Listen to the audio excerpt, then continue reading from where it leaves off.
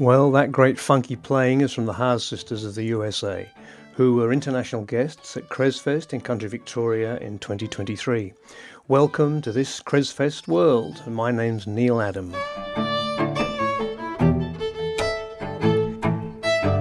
CresFest is a folk and roots music festival in Creswick near Ballarat, which takes place at the start of April each year. Helping organise CresFest has led me into all kinds of amazing conversations and experiences, and these podcasts are inspired by them.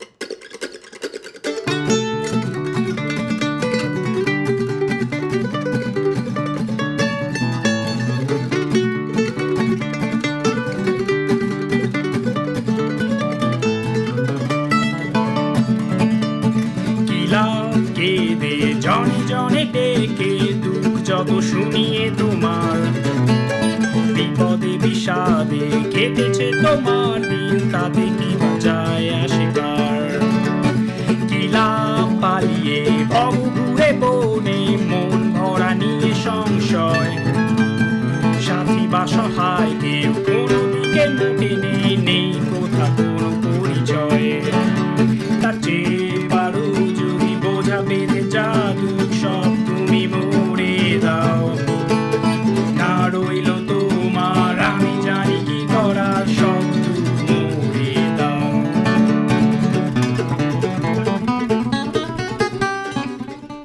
Welcome to episode 20 of this CresFest world. Yes, episode 20 already. That means there's 19 that you could go back and listen to. All equally interesting interviews with people who've got something to do with CresFest. All kinds of people, all kinds of interviews, all kinds of music. Today, we're going to be hearing about Grassy Strings, a fantastic bluegrass duo. You heard some lovely instrumental playing there at the start of this, and then guess what? Something slightly unexpected for bluegrass. They sing not only in English, but also in Bengali, the language they speak at home in Kolkata in eastern India. It was great hearing about their family lives and about the importance of living with their families. Just lovely people to talk to. Can't wait to meet them at CresFest. So, welcome Shovik and Shovanka.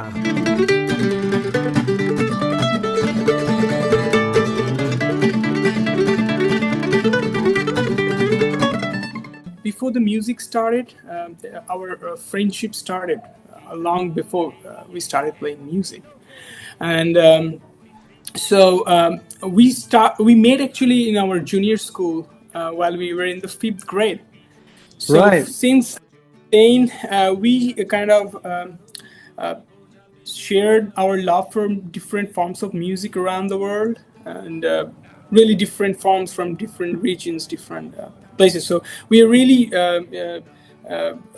focused on discovering different forms. Mostly these forms are like root forms or traditional forms. That's the way we discovered a bluegrass after a certain few years. And then we thought this is a really, really beautiful and enchanting form of music. And so why not to learn that and why not to play that? Because we really felt like, yes, that is what we want to do. So we even didn't have music lessons in our school, so Right. That's not very common in the the government schools where we have studied. So that's not like a common thing. So it's if you see in that way, it's very very uncommon that what we have found. It's very uncommon. So what we used to hear at that time, the regional songs, regional music, but we didn't learn in that way. I remember I actually started learning some traditional songs at very early age, like when I was 7 or 8 years old, but that just happened for a year and then I stopped it. I don't know why, but yeah. So Yeah. Yes. আমি জানি কি করার সব তুমি মোড়ে দাও, তার চেয়ে পারো যদি বোঝা বেঁধে জাদু সব তুমি মোড়ে দাও। So, there are lots of different kinds of roots music. I mean, you could have chosen, if you think about American music, you could have been blues players, or you could have been playing, I don't know, Dolly Parton songs. but you're not. You're very interested, obviously, in bluegrass. So, what about bluegrass attracted you into that? It's simple. The words, the stories they tell through the music. It's very related to our daily lives. Even we say like even they're expressing the sorrows, the despairs. They are doing it with a smile. Yeah, yeah, So yeah. it's like enjoying every moment of life with the very simple elements, and so it's very enchanting. It's very enchanting at the first interaction. So Are there lots of opportunities for playing bluegrass music in Kolkata? yes, like It's very little, I think. it's challenging, yeah. And like there are some like music minded business centers like cafes or a restaurant, so they sometimes really welcome and they really praise the thing that we've been doing. Yeah, but rather than this, it's challenging, it's tough. Very tough. Is that why you find yourselves playing out of India quite a lot? Yeah. Yes. Yeah, yeah, that's interesting. I saw a great bit of footage of you playing at a bluegrass festival in France. Yes. Yeah, that's right. We did that in 2023. So Yeah, that was first international tour, first international performance at Bluegrass in La Roche. And like we're really fortunate that we are the first bluegrass musicians, those who actually went out of the country to play bluegrass music in India. So. yeah, that's really interesting. So, what was it like going to France for the first time? When the offer came to us, we were really excited, and everything was new. The visa process Mhm. and travel and all things. Yeah, it was very challenging, and it was we're still excited to explore a bluegrass festival. So we were really, wanted to explore like how a bluegrass festival happens, how it looks like, how it Yeah, sounds like. yeah, yeah, So yeah, but though it's out of the United States, but yeah. it had. So this festival had its own kind of vibe with the French culture and people from all around the European countries. So it is very different, and it's a very unique experience for us that we will remember a lifetime. Yeah, I'm sure. I'm sure you would. Was that your first time out of India, or had you been out of India before? Our first time. Wow. And do you speak any French? Bonjour. This part. Yeah, that's all you need, really. Yeah, I guess. Wow, that's fantastic. That's very brave of you to do that. I don't know, but I think somehow we had that love and love for the music, and I think that only have taken us to these places. And Yeah, I think that's true. I think I said in the email to you that I was a professional musician for many years, and I've done a lot of touring, including in France and in Germany.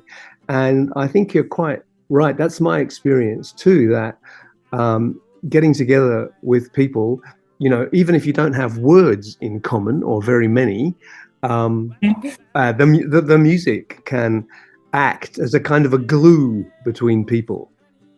yeah, That's right. that's true. And what have you found? Like, was it? He was saying the music is very welcoming, and the people, those who love the bluegrass music, are also very welcoming.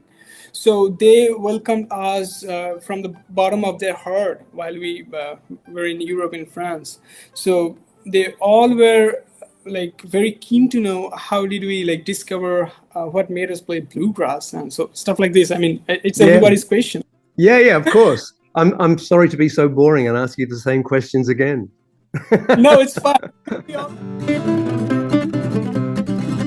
We have born, we have died a million times like the spring and I can hear the birds singing serenades for you and me. Tis the day, oh sweet honey, so we'll make a little love in the spring.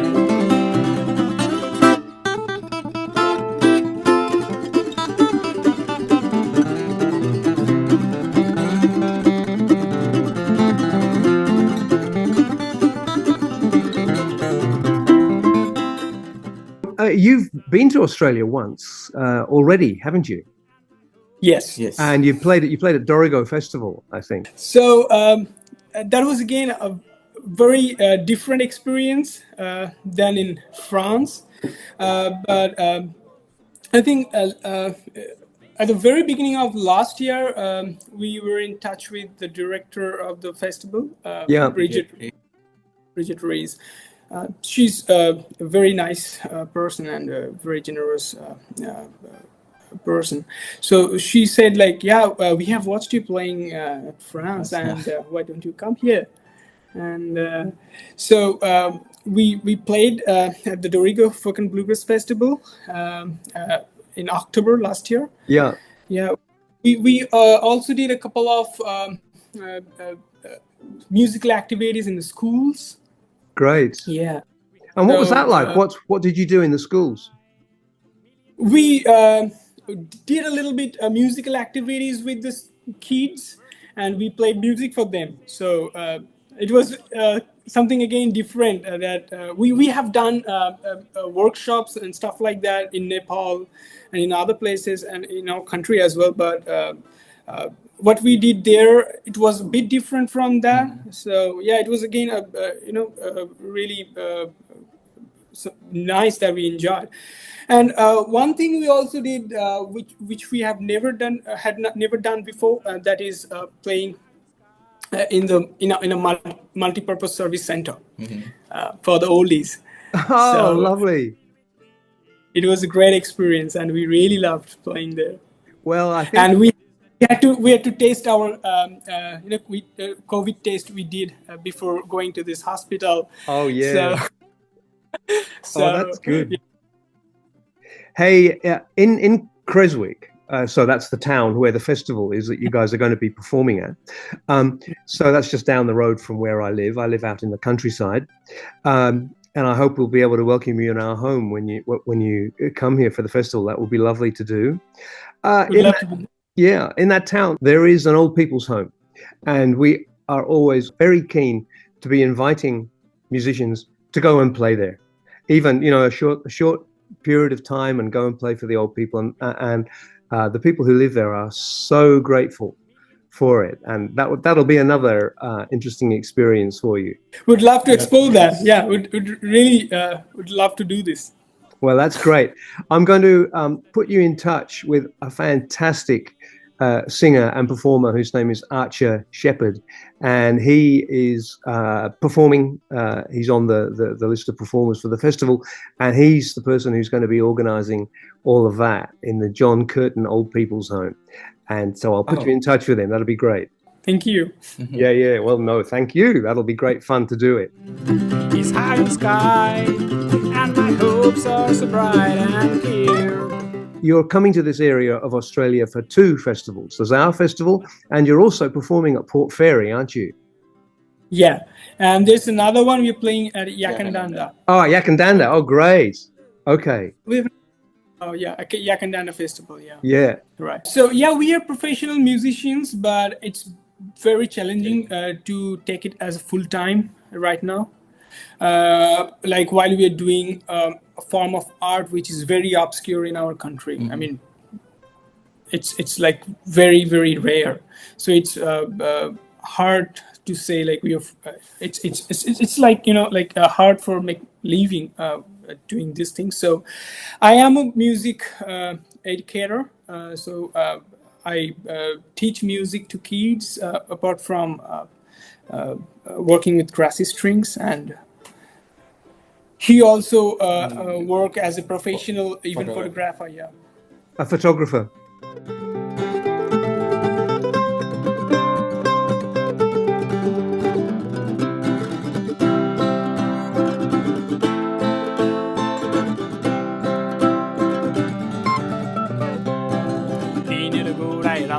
যেমন তেমনি গল্পের গোড়া এক দেশে এক রাজার ছিল আটটা ঘোড়া একটা গল্প বলি শুনুন একটা গল্প বলি শুনুন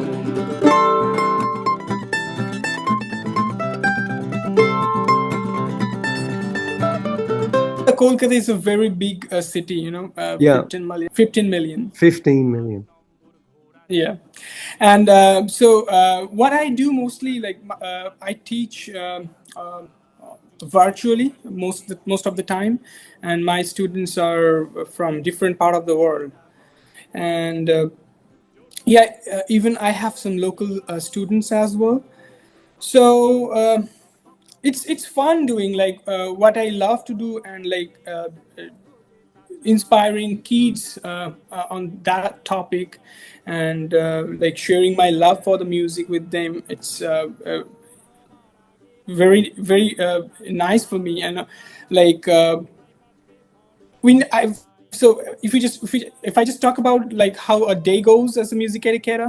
Yeah. So to plan my lessons, I need to review students' progress, need to prepare them for the examinations. These sort of things I need to do. Are you teaching bluegrass guitar, or what are you teaching?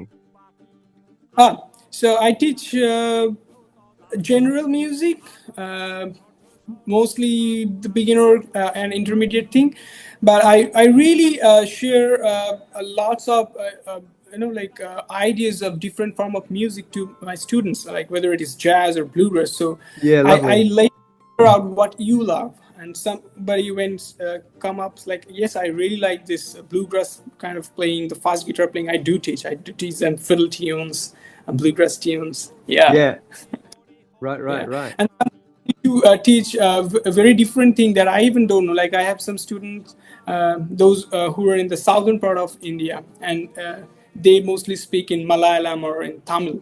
So they come up, I want to learn this song. So I said, okay, I don't understand what the song means a bit, but musically I help them to learn this song as well. So that's very interesting. How do you teach them if you don't speak the same language? Do you have lessons in English?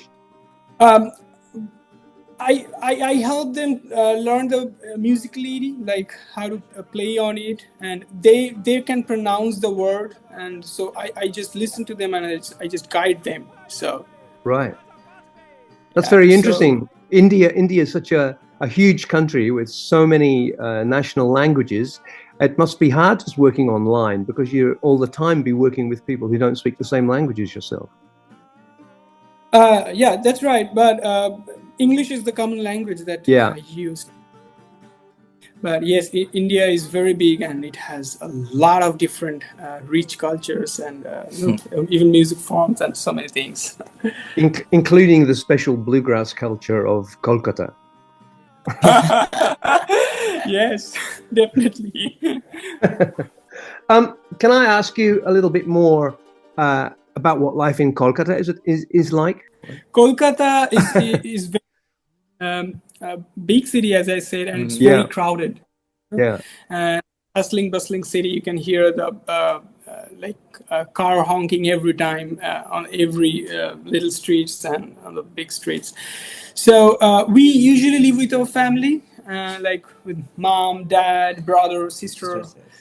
So it's like it's our tradition living all together in a same house, and we really do appreciate that, and we enjoy living all together, sharing our bad time and good times with everybody. Right. So is the room that you're talking to me from, is that in your family home? Yes. Yeah, it's Shubhankar's place, and it's Shubhankar's room. And, right. Yeah. This is the room where we play music, and we like most of the Grassy Strings work is done in this room. You know, as we said, like this is our Indian tradition, and we really love that, like sharing all the good and bad times with our family and enjoying every moment. I think that's a really important thing. Like I admire that. You know, I left home when I was 18, and I never lived with my parents again after that. And then I migrated from Britain to here a long time ago. And, really, I sort of left my family behind me and had to sort of create a new family for myself here, which I kind of did. But I all the time, when I see movies about, Indian families all living together, or other parts of the world where that's the normal thing, I think that's a really desirable way to lead your lives. I'm not always convinced that traveling around the world and leaving your family behind you is a great thing. Yes, I think when you live in a family, your elders can always guide you, and they can see you growing even. And I think that's also like we are blessed with this. Like we don't feel alone. Yeah. Right. Yeah. That's good. So, Suvik, you've come from your own family home today to Svanka's house, Yeah. but to do this recording. Yeah. Right. And how far away Yeah. do you live? How far away do you live from each other? Not very far, probably. If you went to school together. 2.5 kilometers. Yeah. 2.5 kilometers. Okay. And the school you went to is halfway between, or close by, is it? Yeah, exactly. Yes. His home is here, my home is here, and in between we had our school. That's great. I really love that. At one time before I left Britain, I lived at a house which was at number 42 Ivy Bank Lane in a little village in Yorkshire in the north of England. And I was the only person, my wife and I, we were the only people who were not born and brought up in that village. And, it was great. All the kids used to come home from school, and if they went home and if their mum or their dad weren't at home, they would go round the corner to their auntie's house, or they would go to their cousin's house next door. And if they needed anything to get, they would go to the little shop which their grandmother used to run. Like, it was beautiful to be in that, and I come from a family which has just moved all around the world all the time. And I am very jealous of that way of life. I really am.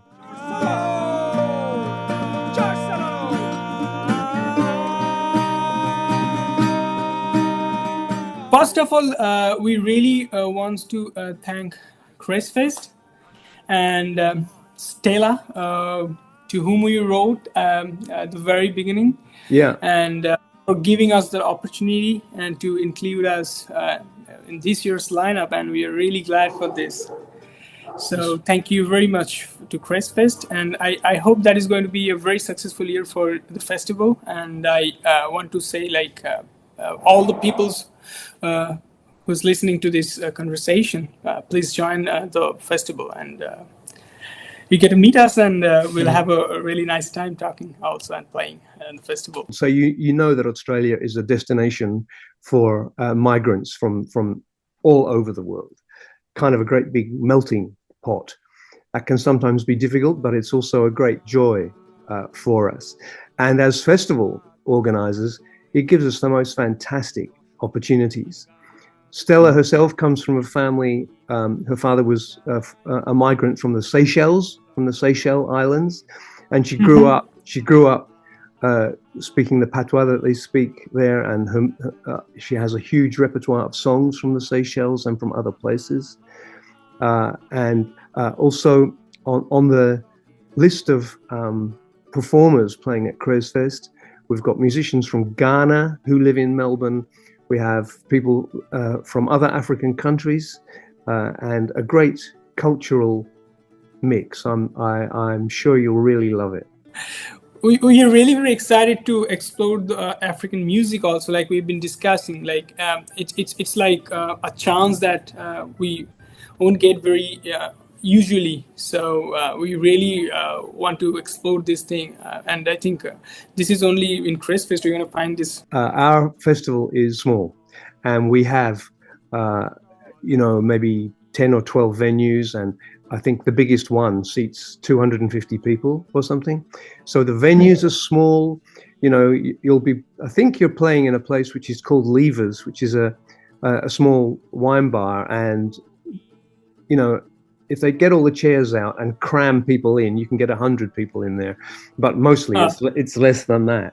So that it means that the audiences can be very close to you, and you can be close to the audiences, and it's a unique kind of experience. we really love playing in an intimate venue, like yeah. where we can really very easily connect with the audience. And I think audience is a very important part of this kind of music what we play. And if they're able to join with our music, I think that would be great. Yeah, we also have a kind of a tradition of sessions. So I play a lot of Scottish music, and I became. You talked about how you became obsessed with bluegrass when you were younger. Well, I went to university in Edinburgh in Scotland, and I became obsessed with Scottish music there. And one of the features of Scottish music is that the pubs open up to musicians, and people meet after work. People take their violin or their guitar to work with them, and when they finish the day's work, they go to the pub and they play music. I mean, not in every pub, I don't want to exaggerate it, but just in special pubs, you know. And we've introduced that really into CresFest. So there will be the opportunities for you when you're not doing your concerts to wander around the town and just take part in the music that's happening spontaneously. You'll really enjoy it, I'm quite sure. Definitely.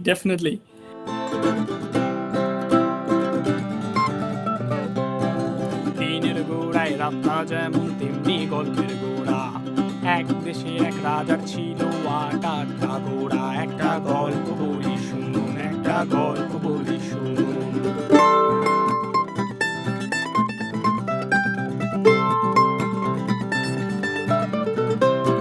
সাতটা ঘোড়ায় টকবক ছুটত ছিল কাজের কাজী ৮ নম্বর ঘোড়া ছিল ঘুরে এবং বাজি তবু রাজা বলতো তাকে তুমি সেরা ঘোড়া যুদ্ধের কাজ দেখতে শুনতে নেই গো তোমার জোড়া একটা গল্প বলি শুনুন একটা গল্প বলি শুনুন জোর কদম জোর কদম জোর কদম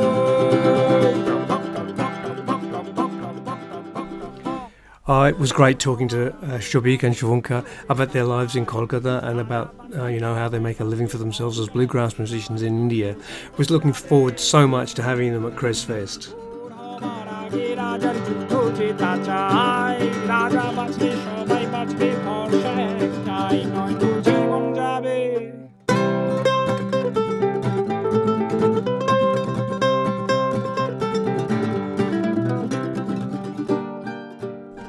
This has been episode 20 of this CresFest World. That means there's another 19 for you to go and have a listen to. Please rate us and tell other people about us. Every little bit helps.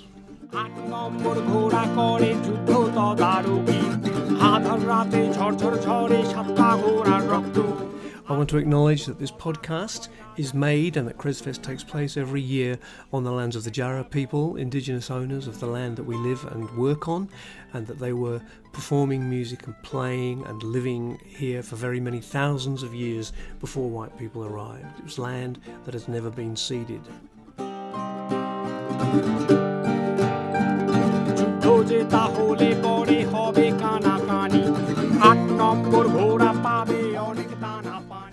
There was an old BBC radio presenter from my childhood. His name was John Ebden, and he used to finish each of his programmes by saying, "If you have been, thanks for listening.